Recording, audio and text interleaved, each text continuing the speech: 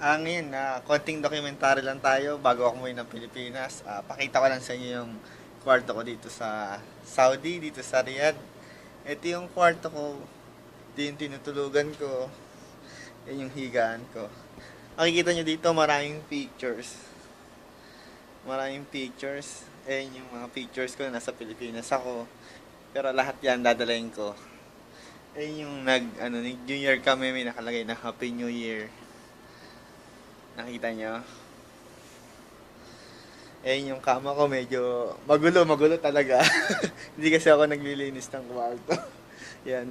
Ito yung unan ko, tatlo lang yung unan ko dito. Yan.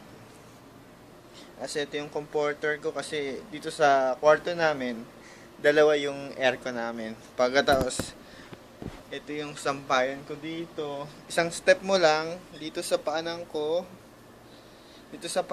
isang step mo lang, sampayan na yan. Ito yung sampayan ko. Dito ko sinasampay yung mga uniform ko. Pag linalaban ko. Pagkatapos, pag pagod ako, ayan, sinasampay ko lang yung mga damit ko dyan.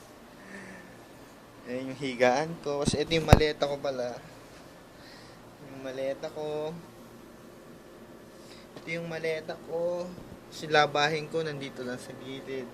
Tapos makikita nyo parang ang daming mga tubig dito sa gilid-gilid. Ito naman yung cabinet ko. Ito yung cabinet ko. Dito nakalagay yung mga canned goods. Tapos mga vitamins. Like Centrum, Vitamin C. Para iwas sakit.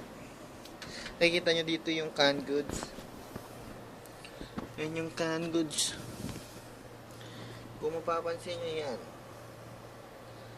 Apat na lang siya. Ayan.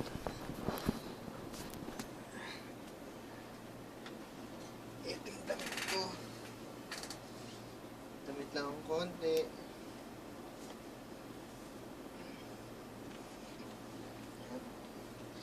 Ito na yung kwarto ko siguro. Isang hakbang. 1.5 na akbang ko siguro. Itong kwarto ko. So makikita mo meron akong lampshade dito. May lampshade na konti. Tapos may mga plastic. Kasi ginagawa kong basurahan. Tapos syempre gusto ko mag-multitasking minsan. Sinusulat ko lahat ng nasa utak ko. Minsan sinusulat ko dito sa may board ko. Kasi ganun ako. Pag nasa Pilipinas ako, iniisip ko lahat ng gusto kong para automatic pagbangon ko sa umaga, dire-diretso na ako. Yan, mapapansin nyo sa dingding ko, marami nakalagay dyan na concern, reminders, para pagising ko, dire-diretso na ako anong gagawin ko. Yan, mapapansin nyo.